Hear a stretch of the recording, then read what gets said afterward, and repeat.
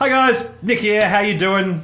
Justin's here too. How are you, man? Hello, I'm doing well. Excellent, man. We're going to do a top 16 video on the Victorian Regionals next up. But for this video, we're going to have a chat about our day at the Victorian Regionals. The super fun day that we had. Because I am now 2 years into playing X-wing. Justin is a few months, a bit more than that, something like that. Yeah. But this is your first. This is your first sort of big-ish tournament. Yeah. You've done a couple of store tournaments as well, so... I've done one. I mean, this is the kind of situation I was in a couple of years ago when I went to the first Nationals.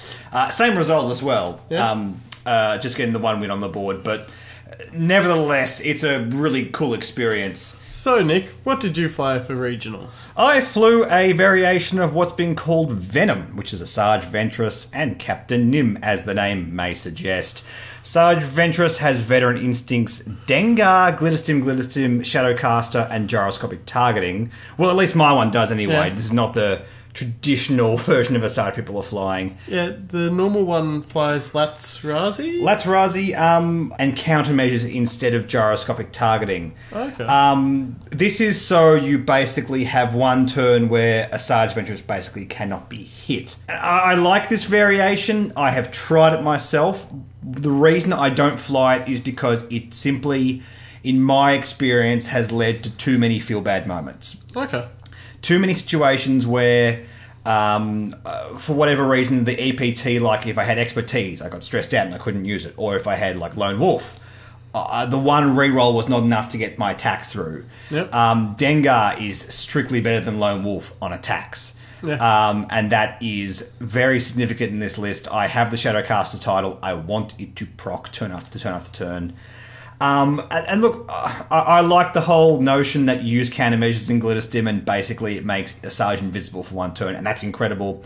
But with Latsrazi, too many times I was being attacked, and for whatever reason, my opponent could clear the stress, or they were at range 3, so I couldn't stress them out. Yeah. It's just too many feel-bad moments where I'm like, oh, why isn't my crew Dengar? I want Dengar. Because this is the version I've flown for a very long time, before that meta version of a Sarge was even an option.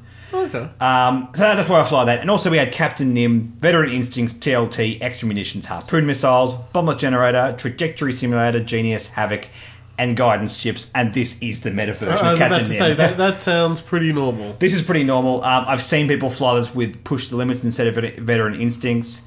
Ooh. I think there's definitely a fringe case for me to be doing that because I have VI on a Sarge. They could both be PS8. Yeah. However, PS10 is so relevant right now. I usually look at something like this and go, why is there VI on both ships? You've intentionally not pilot skill matched. Yeah. But with all the Omega leaders, the Miranda Donis, they are just ripping the meta to shreds right now. Yeah. And as a result, with a 3-point bid and a PS8 and a 10, I won all of my Miranda matchups. Miranda Doni is typically a ship I do badly against. With this list, not the case. Oh, lovely. And I think that's one of the most significant things going into this tournament that I noticed in myself. Yeah. It's probably partially because I'm on YouTube and I talk about major tournaments and I read through these lists. Honestly, before I had this channel, I may not have done that as religiously, I guess you might say. Being acutely aware that Miranda in particular is very oppressive on the meta right now made me think, well, this is something I have to think about, and actually actively building a list that I'm comfortable with and building something that reacts to the meta was very good for me in this tournament. Nice. I think it's one of the reasons I did significantly better than I usually do. What did you fly, Justin? So I flew a Rack Inquisitor build. So it was the Inquisitor with Push the Limits, Proton Rockets, TIE V1, and Auto Thrusters. And Rear Admiral Shenru with Predator, Kylo Ren, Emperor Palpatine, and Engine Upgrade. Pretty standard for both of those. Yeah. Predator might be the only standout thing you might change on Rack, but in essence, this is something that you like to fly. Yeah. Predator was interesting because I could use Kylo to get the pilot skill one to take them down to 0. Yep. So I've then got two options. I could use either that one or the blinded pilot, depending on what was happening at the time. Well, you might run out of blinded pilots. There's only 2 in the damage deck. Exactly. It very rarely happens that you get out more than 2 cards. That's why Kylo is so good, because blinded pilot is just such a crippling critical to get. Yeah. But you've got a great option if you go past that somehow, which can happen, obviously. And yeah, the standard Inquisitor. Really cool basic build. Very competitive for 34 points. You've added on proton rockets. Yeah. Every time I used it, actually, it got off 5 hits. That's good. That's really, really good. Yeah. It's a risky card on the Inquisitor. I've never been a huge fan of it because you have to consciously not go for it sometimes, because you can really put yourself in a bad situation. Because the Inquisitor has pushed the limits, he does often just take focus.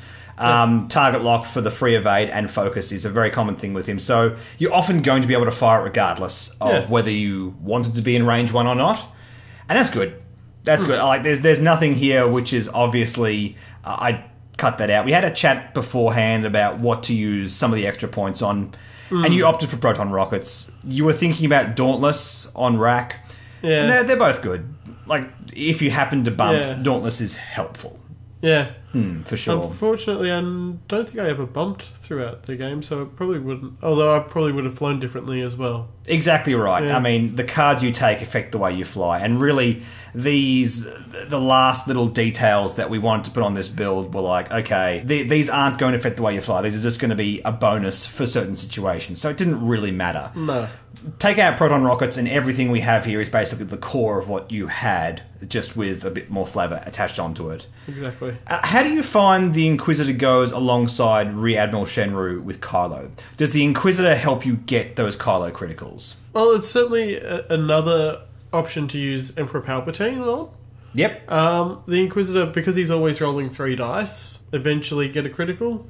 Yeah, for sure. Yeah. I mean, what strikes me as this is... you don't have the obvious choices like Whisper or Kylo or something, which just have just big dumb attacks, which are often going to get crits incidentally.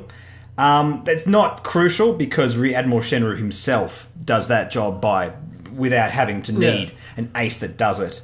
And it's one of the reasons I'm looking at Director Krennic and going, ooh, is this going to be the thing that punches through criticals because he can remove shields and that kind of stuff. Yeah. So moving forward, this archetype's going to be really interesting. But for the time being, it's cool. Yeah. I like what you've done here. You've clearly flown 2 ships that you're very comfortable with. And at the end of the day, that's the most important thing. Yeah. I remember my first major tournament, I flew Advanced Sensors Brobots, and those were ships that I was very comfortable with.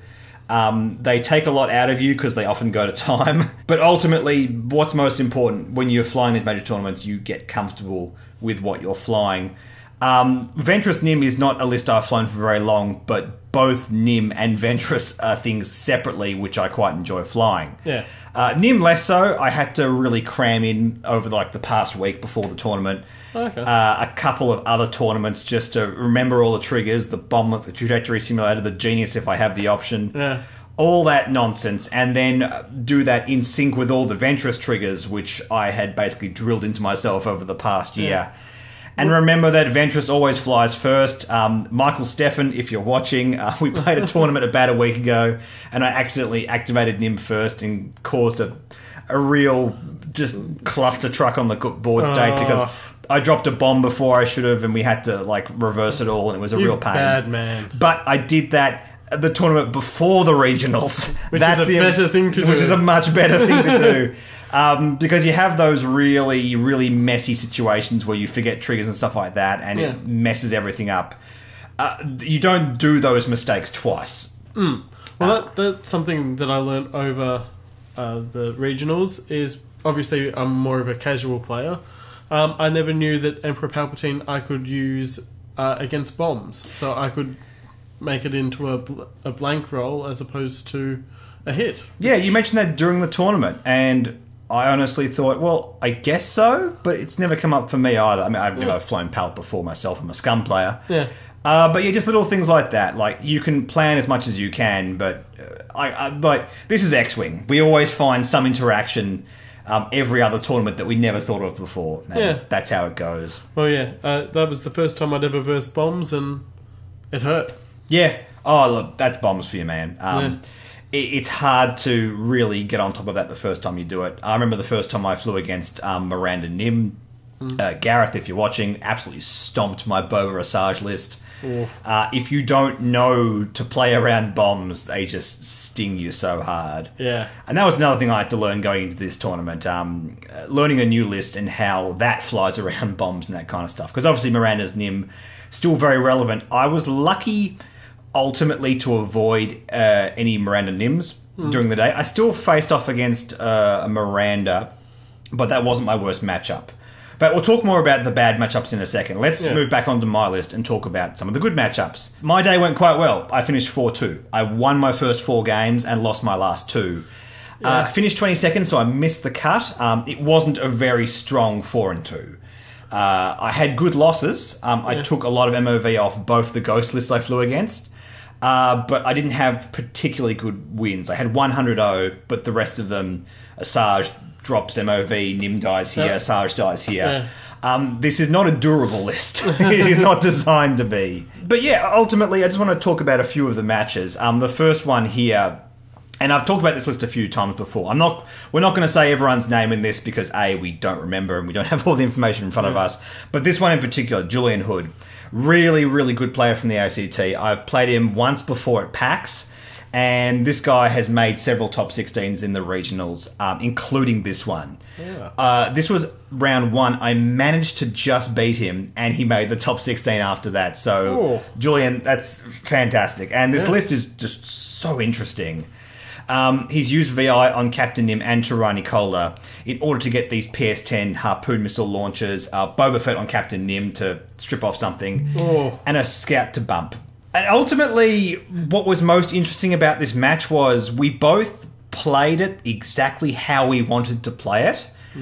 In the opening gambit, as we were moving into shoot, his contracted Scout moved in front of Asajj to block it, and try to enable Tirani and Captain Nim to sink a couple of Harpoon missiles into Asajj. And I was watching it. I knew it was coming. I knew I could counterfly it by doing a 3 hard with Asajj, moving out the side, swinging the arc back round and shooting the Scout at range 1. My instinct was, no, what you're doing happens to also be what I'm wanting to do, and I just took the bait. And because of my Asajj build, I don't have the typical thing. I just popped Glitterstim, and because I still had Dengar, I still had a massive attack with Asajj, even though I took no actions. Captain Nim followed close behind, and we managed to double tap Tirani Cola and nearly take him off the board in 1 turn. Asajj also nearly got taken off the board in 1 turn, but it was just this weird thing where we both knew exactly what the other person was doing, and we both just didn't fly around it. Ultimately, what it came down to, and Julian, if you're watching, you'll completely agree with this because we had a chat about it afterwards, was there was 1 round of combat where I think both Nims had a primary into each other, and he blanked out and I got 4 hits. And that was pretty much the game right there. I had a whole video talking about dice salt and how to treat dice and how to think about them. And ultimately, the fewer amount of times you roll dice, the bigger the variance hits you. The best way to beat dice variance is just to roll more often, but when you have close games like this, where you have lists doing the exact same thing against each other, the variance train just hammers you, and unfortunately, in this case, my opponent, didn't come off too good against that. Having said that, look, you can't begrudge these things. It's a part of X-wing, and it's not like I lucked out and didn't fly properly. I flew right against the entire thing, and that's ultimately how it ended up. Having said that, I didn't make the cut and Julian did. So, just massive props to that guy. To him, Why don't we talk about your win, your IG-88 matchup? Yes, so this was an IG-88B and an IG-88C, also known as robots. So they're basically the same, except one has Ion Bomb. So I actually managed to take out IG-88B, which felt really good. That's probably one of my better matchups. For sure. Did you intentionally go for IG-88B first? I did. Good. Yeah. Because the double tapping on B is what kills aces. Yeah. Even in this version with the ion cannon. By the way, this is the Birmingham System Open IG-88 list that got flown. and that was by a particularly well-known IG-88 player. You're obviously beating them out on pilot skill, push the limits, advanced sensors. I mean, that's all about positioning. Yeah. You can do some pretty amazing stuff with push the limits, advanced sensors on Brobots. I mean, was there any time where it was just like, oh, you're there now, okay, gee. I can't remember off the top of my head, but I feel like I was able to maybe not quite think ahead, but stay that one step ahead, possibly. That's good, yeah. And honestly, if push advanced robots can't fool their opponent, they're not going to win. That's one of the best things that list can do.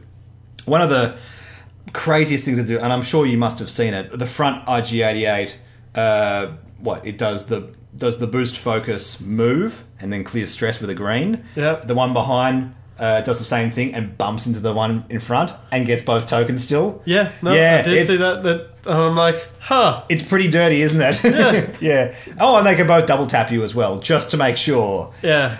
It's quite scary. I love push advanced robots. I think I'm going to have to give this a go. It makes me want to put back on colour and on the silencer and do push advanced.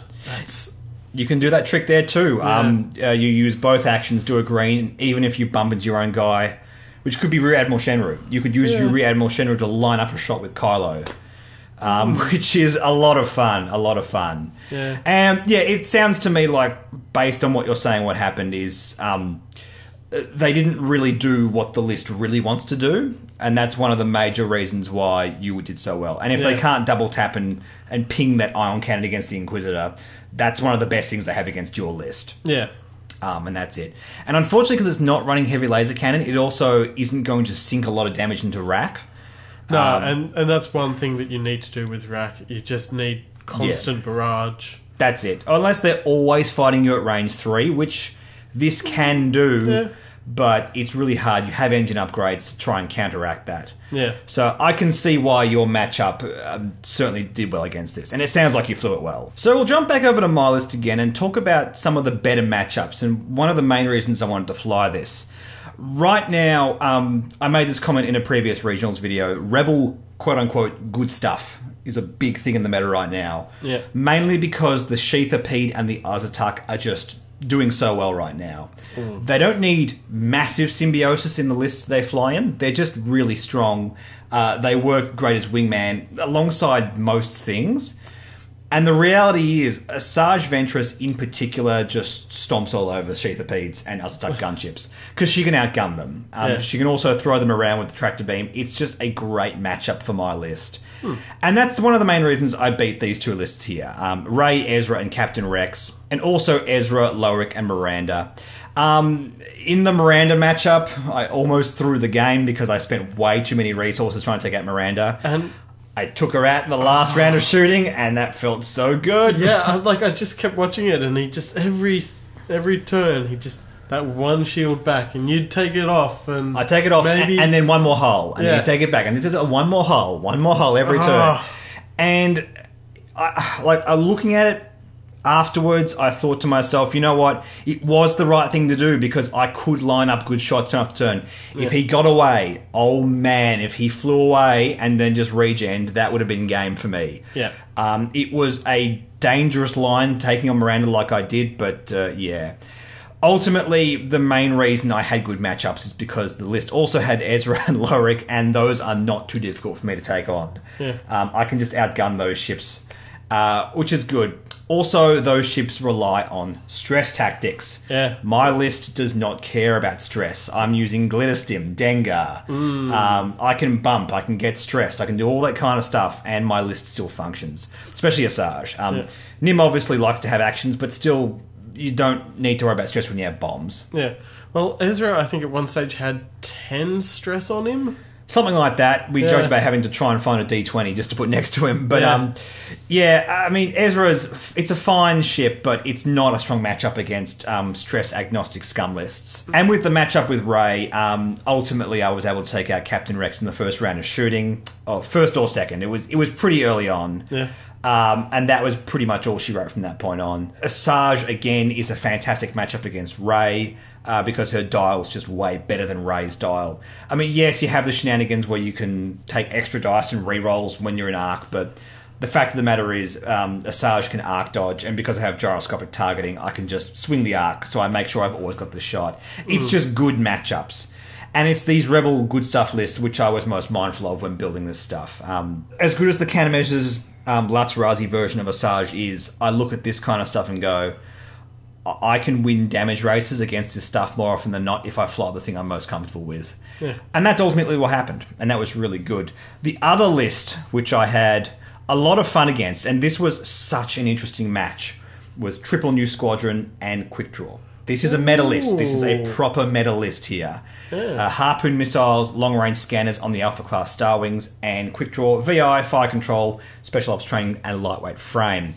And this was a lot of fun. I actually misread his list to begin with, because I kept thinking, oh, Star Wings with Harpoons. He's got the title. He can fire Harpoon through weapons disable tokens. And I had to remind myself, no, he doesn't have that title. He took a very light version of the build. In fact, that's how you manage to fit these guys in. And it's very telling that the Alpha Class Star Wing can take a missile build without that title and still do well. Yeah. What happened in this was I split up Nim and Asajj, flying just off-centre. Asajj to the bit of the right of the board and Nim to a bit of the left of the board. Yeah. And those Alpha Class Star Wings just pointed at Nim and started flying. And in the opening round, all target locked him. And I thought to myself, Justin, now I can play the game that I've practiced. I can charge at them, bomb them, take one out in the process, or I can run. Yep. And realistically, the better outcome happens for me if I run. I have not practiced this. This is very dangerous, but I'm at a regionals tournament. I should do the thing that is most likely to yield the best outcome. Just take my time and work it out. Yep. Yeah, if my opponent's watching, I appreciate you not flipping out and not getting angry at me, because I want to say I barrel rolled out of range of Harpoon missiles about 4 times that game. Ooh. It was very rough for my opponent. Yeah, I did the hard turn away from the Alpha Class Star Wings, and then did the barrel roll, which in that second round just got out of range of Harpoons. That means I could do the 4 straight and get away. He couldn't quite get range. I had to turn around a rock and barrel roll out of range of Harpoon missiles. It was a good, I think it was like 2 or 3 turns in a row where Nim just janked out the range, because I didn't think it was worth getting a TLT shot on them in exchange for a Harpoon. That's not a good trade-off for me, especially on like cheap ships like Alpha Class Star Wings. I want the better shot. Yeah. In the meantime, Asajj flew around the back of his list and took pot shots. And by the time the Star Wings finally got to Nim, Asajj had killed Quick Draw. Ooh, and that was significant. Yeah. Again, I'm talking about matted matchups. Asajj is so good against Quick Draw. Because, yes, it sucks that he can take a shot back at her, but when we have Glitterstim, I can often defend quite well. Yeah. And there's a case here that's saying, yes, maybe the more meta version of Asajj with Lazrazi is probably better in the situation. But with Dengar and Glitterstim, I was able to punch through harder. It did the whole thing how he had 2 shields left and I hit him for 4. So it didn't matter. Oh, I hit him for 4, put him on a rock with the tractor beam so he couldn't shoot back. Oh. That really stung. That really stung. You're a bad man. I'm a bad man, but this is what Asajj does. Yeah. This is how you react. This is how you beat the meta stuff.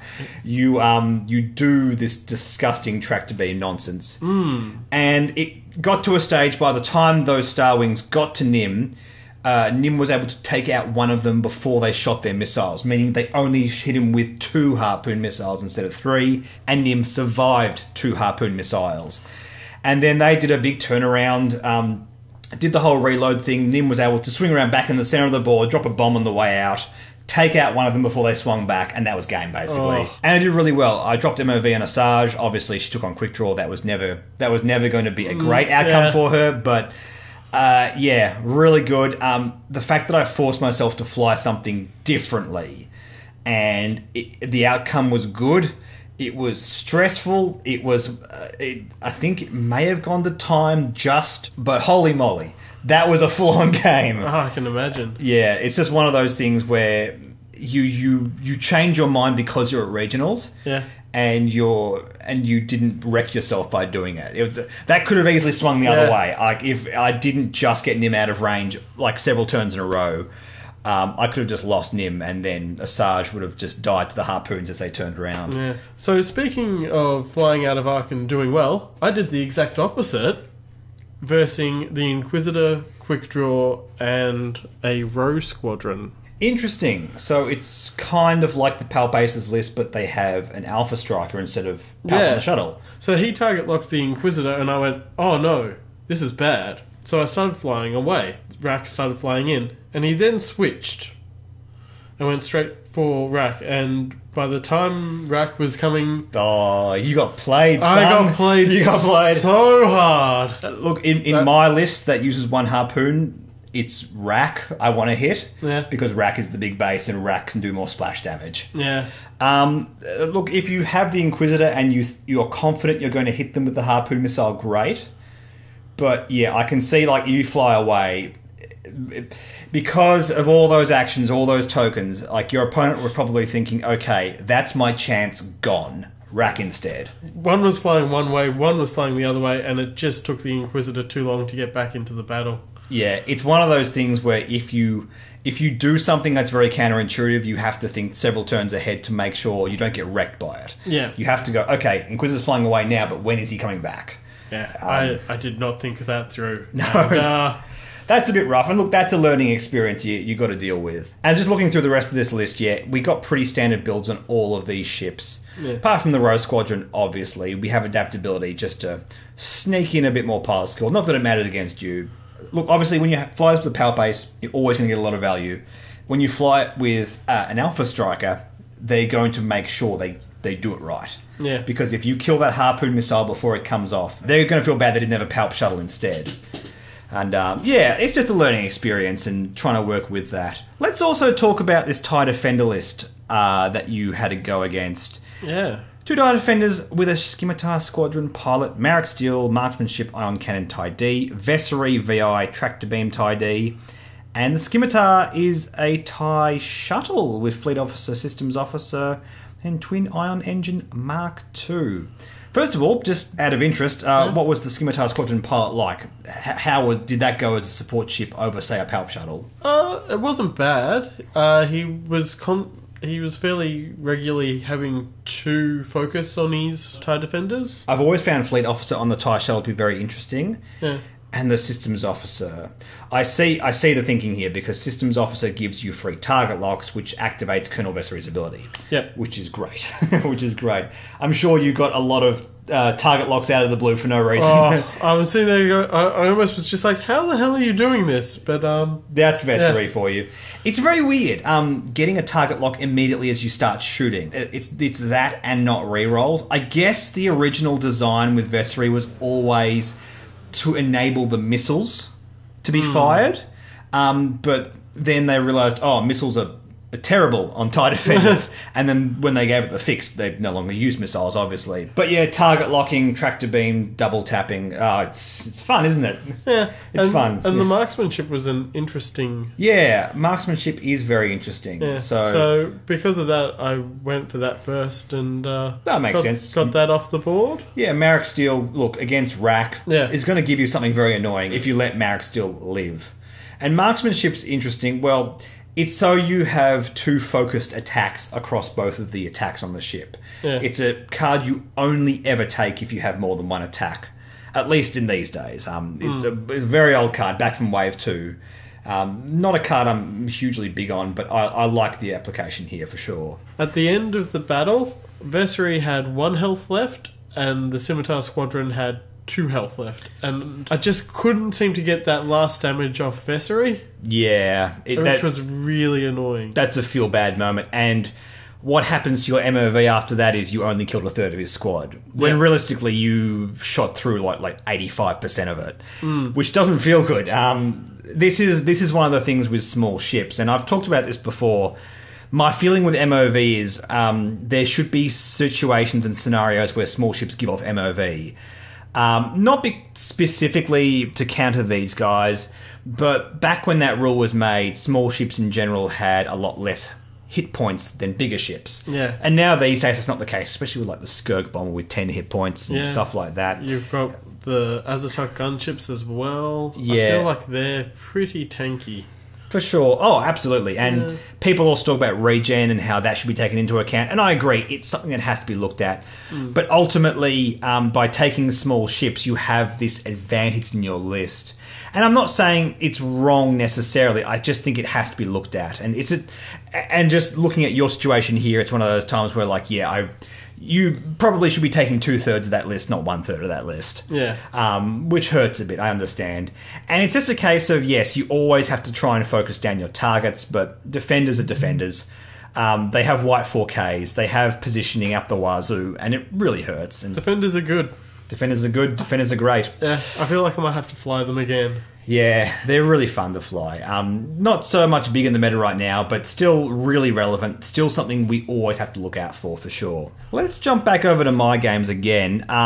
Basically, the last 2 games I lost. And look, it's very easy to look at that record, go, you win 4 games and you lose 2 games, and go, oh, I was so close. You have to remember in Swiss tournaments, games get harder as you keep going. That's how they're designed. So I do not begrudge this at all. I don't think I played worse than those last 2 games. It's just happened to be opponents of higher caliber, and also a rough matchup in the Ghost. Lothal Rebel is not a good matchup for me, not by any stretch of the imagination. What do we have? 2 lists here. One with Sensor Jammer TLT, Ezra, Maul, Ghost, and engine upgrades. Another one with accuracy corrected TLT, Tactician, Courier Droid, and Ghost. It doesn't matter. Both of those are really hard to deal with. Both have the double TLT, which is the main issue. Oh, especially with the accuracy corrector one, it was two hits. Just 2 hits, 2 hits, 2 hits, 2 hits. Yeah. I managed to avoid a very crucial hit towards the end of the game, and it gave me a window where I might have been able to destroy the Ghost, but it just didn't work out after that. I was there and I was watching it and I was like, oh, come on! Come on, dice! That was tense. I didn't win the game, but my opponent was obscenely cool in that game. If you're watching, thank you so much, man. That was a fantastic game. What is most interesting about Lothal Rebels these days is especially this Ezra Maul build. Because it's just one of those things. We talked a while back when these cards were being released back in December about Maul in particular. Like, we did a couple of videos on Maul and R5 TK because those are like just weird, spicy cards that need massive build-arounds. Yeah. And obviously R5 TK is, in my opinion, still a rubbish card. I don't think it needs a lot of work to make that work. But Maul was always very interesting to me because of the second clause on his card that says, if you hit an attack, you can remove a stress from your own ship. That is the main key with Maul. He can enable Ezra's extra crit. Even if it's on a TLT, it's still 1 extra result. It's still probably going to make your TLT hit turn after turn after turn. And it's that second paragraph on Maul. When you hit, you can take off a stress. That's so good when you have 2 TLT shots. Yep. It can do a 3 hard red. It can do a 5k and then attack, remove the stress, and then do a white move or another red move the next turn. It is so potent. When we were talking about it originally, I knew that was going to be the thing that unlocks it. The fact that you can remove a stress token at some other stage during the game. Not start of combat, not during activation phase, after you hit an attack. It's very significant. And it's the reason I want to still mess around with Maul a bit more, because it's such a good utility to have, even on like a basic Lothal Rebel. I was going to say, have you thought about putting him on a scum ship at all? Yeah, I've thought about putting him on Boba Fett. Yeah. Thought about putting him on the YV666. It's because of removing a stress during combat. It's very interesting. It's something I want to play around with. But anyway, yes, essentially, both of these double tapping TLT, it means I'm not having a great time at range, which I usually am in my list. It makes harpoon missiles a little bit less valuable. It means I pretty much want to get into range 1 or 2. However, VCX 100s have really good dials. 5Ks. Oh, why? And it makes it very hard for a Sarge. Oddly enough, these Rebel sort of big ship and a fat small ship builds, we have this or we have Ray Lowrick. And the chasm of difference in the matchups between Ray and a Lothal Rebel for me is is immense. Rey is such a better matchup for my list. Lothal Rebel is not. It's harder to lock down. I can't beat out that dial as much as I can with Rey. The double tapping TLT is just utterly brutal. I was about to say, realistically, it comes down to that 2 uses of twin laser turret. That's every it. Turn. Every single turn. And look, maybe this is a case where you say, okay, Lats Razi would be good because then Maul can add the stress and I can take off the stress to give myself a free evade and they don't get any extra value out of Maul. But that's a meta choice. Like I was having a chat, I think to you or maybe some of the guys about this, about the list that I took and saying, like, are you sure you should have taken this considering how bad the Lothal Rebel matchup is? And my response to that is no, because it matches up against everything else so well. It's great, it's all well and good saying, look, you get to this table and you lose these games, but would I have gotten to these tables if that was not the case in the first place? Yeah. Would I have gone 4-0 without near massage and then face Ghost after that? It's hard to say, really. And I don't think I was dead on board against the Ghost by any chance through the imagination. I think it was a bad matchup. I think given different outcomes, I could have won both of these games. But ultimately, I think I flew well. My opponents flew well. There were no major mistakes in either of those games. And I took a lot of MOV off them. I took 50 MOV from one game and 60 in the other. I did not get 100-0'd the entire day, and I felt good. And ultimately, yes, it was these 2 games and this matchup which kept me out of the top 16. But having said that, I'm really happy. Yeah. Really happy with how everything went. Maybe add Boba Fett. I think for Boba Fett you need multiple ways of getting crits. You need a bit more reliability. There is other lists I like to fly with Boba Fett, which I'm going to look at now that we're post-regionals, post-meta nonsense. Yeah. But yeah, so that's all my games. Let's go back over to your games. I want to have a chat about a couple more. So there was a triple Wookiee list that I versed, which was very interesting. A meta list, Wolf Warrior and 2 Wookiee Liberators. I believe the meta list actually usually flies Lorik, not Wolf Warrior. Okay. Having said that, functionality-wise, it's very similar. 3 big, heavy-hitting ships, a lot of attack dice, a lot of hull, and tactician on each of them, just to make sure they have a bit of control. The breach specialists helped him as well. Yeah, that's interesting. How did they go against Rack? Really annoying. Really annoying. Yeah, okay. Just putting it out there. Not a fan. That's a nasty answer to Kylo as well. It made me sad.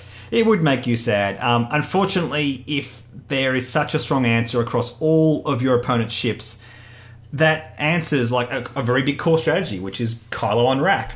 Yep. That goes a long way to blanking what you're trying to do. And that hurts.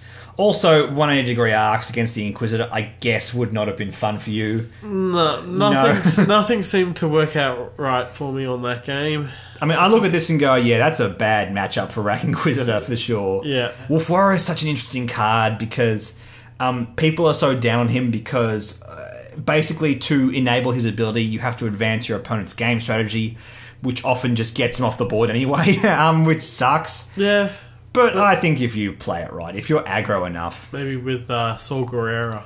Yeah, Saul Guerrera and Zeb Aurelius. Yeah. I think that's going to be the way. Like, honestly, I look at this and go, I'd take out a Breach Specialist for Zeb, just so you can ram into your opponents and just shoot them in the face. Yeah, that'd be so fun. Oh, man. A lot of fun. But a cool list nonetheless. Yeah. Not quite the meta build with Lorik, but still the 3 of Azatak and the 4 of Azatak, both very relevant. The ship's in such a good place right now. Yeah. It's a nasty, nasty thing. So glad I was flying Asajj to counter it, that's for sure. And let's look at one more list that you flew against. Yeah. You also had a go at Miranda Ray. Not strictly something we see much of in the meta because they're both relatively expensive. Usually it's like Lorik and Ray or Miranda and Dash to try and balance the points out better. So the light builds, what do we have here? Ray has Smuggling Compartment and Burnout Slam instead of engine upgrades. Miranda, pretty light on TLT, 3PO, and Bomblet Generator. Just the core stuff that she likes to take. What was your main issue with this list? This was the first time I've ever played against a K-Wing. This is also the first match I played at the day. So there you go. I hadn't had a great deal of sleep the night before, which didn't help. Nah, man, you got the regionals, man. I was in bed at 11. Yeah, I was committed. I was in bed at 3. Oh, that's not great. To be fair, you have a toddler, so Yeah. that's acceptable. Yeah, a toddler and working nights. It doesn't always work well. No, unfortunately. But, yeah, it was also the first time I'd really versed a bombing list. I have versed you with bombs, but they've never gone off. I don't bank on bombs hard. Yeah. Just shifting back to my list, I've got harpoons and the bomber on Nim. Never in any of my matches were all of those firing off at once. The bomber generator was there and was good when it worked, but yeah, I don't fly massive bombing lists. Miranda, on the other hand, uses bombing. That slam gets her into position perfectly every turn. Yeah. If done right. Obviously, I'm assuming your opponent knew how to fly Miranda. Yeah. Most Miranda players do. It takes a bit of practice, but she is disgusting. Let's be honest, Gareth, if you're watching, you know, man. And yeah, TLT, 3PO, and bomber generator. It's just the good core stuff Miranda does. The Inquisitor only has 4, and each time I rolled against a bomb, it was 2 damage. That's 2 bombs. Yep. That's efficient. Yeah. That's an efficient way of dealing with the Inquisitor. It worked well. And this is the thing with Inquisitor. Like, I've always felt like if you want to joust against him, he's just going to wreck you. So bombing is one of the more reliable answers to him. And I think as an Inquisitor pilot, you've just got to be aware of that. You've got to be aware if people are going to go, okay, I'm not relying on TLT or anything else in my list. You look at this list and you point at that bomber generator and go, this is their game strategy. This is their win con to get rid of the Inquisitor. Yeah. Fly around that. So yeah, I think when Krennic comes out to add a shield, that may help. May help a lot, yeah, for sure. I think, like, ultimately with the bomber generator, yeah, you can be aware of it, you can counter it, but it sucks. It sucks when you have to reposition and then Miranda TLTs you, and that just does enough. I mean, obviously TLT not great against the Inquisitor because of auto thrusters and the free evade token, but something to be aware of nonetheless. I mean, your game strategy going into this, what did you try and take out first? I was trying to take out Rey. It's certainly the easiest points in that list to take out, for sure. And it has the most firepower. Like, I look at this and think, yeah, Rey's going to be the biggest issue for Rack. Although an unchecked Miranda is also an issue for Rack, I think Rey, with that primary, extra dice, rerolls, blah, blah, blah, you know how it goes. Yeah. I think I managed to get half points on it, but yeah, I can't remember. Miranda was just too efficient. Yeah. Probably, yeah. It's a hard one to counter. You got 2 things you have to answer, pretty much. You have to strategize well, and your plan of attack has to be executed well. And it's a rough matchup. Yeah. Like, first match of the day, ultimately, you don't know the skill level of your opponent because it's random. Yeah. And that's just how it goes. Yeah. Yeah. Oh, well, anyway, I had fun throughout the entire day. As did I. It was really good. Look, I didn't make the cut, but at the same time, I was like, you know what? I felt like I should have done better if I was going to make the cut. Actually, the guy who finished 16th, just made the cut on MOV, was runner-up. Yeah, so... and I know him personally. Really, really good player. Gareth finished 18th. Yeah, I finished 22nd, and a few other players that I've been playing for around about the same amount of time. Sort of, I consider around the same skill level of me. Ryan, if you're watching, yeah, definitely part of that group. We all finished 4-2, which felt really, really good. And it was just a really awesome day. I'm really happy with how I flew. It really... This is why I make a channel about X-wing. Like, for over the last month, we've been talking so much about Star Wars Legion. There's been so much focus on that because it just got released. But this Regionals reminded me, hey, this is why I'm talking about tabletop gaming on YouTube. Because, oh my god, this is such a good game. Yeah, I won one game. I still enjoyed every game. I've been playing this for 2 years, and that is the most fun I've ever had playing X-wing. It goes up and up and up. It's just such a great game, and I hope this video's been interesting for you guys. A bit of a take on sort of like a newer player and a sort of a bit more experience. I don't consider myself like a tournament grinder or anything like that. I'm very pleased with the 4-2 result, put it that way. And it's just an awesome, awesome day. Stay tuned. Top 16 video coming up next, hopefully within the next day of this video releasing. Hope you guys enjoyed the video, and I hope you guys keep playing. It's a great game. Absolutely. Thanks for watching, guys. Like and subscribe. Like on Facebook, follow on Twitter, and we'll catch you later. Bye.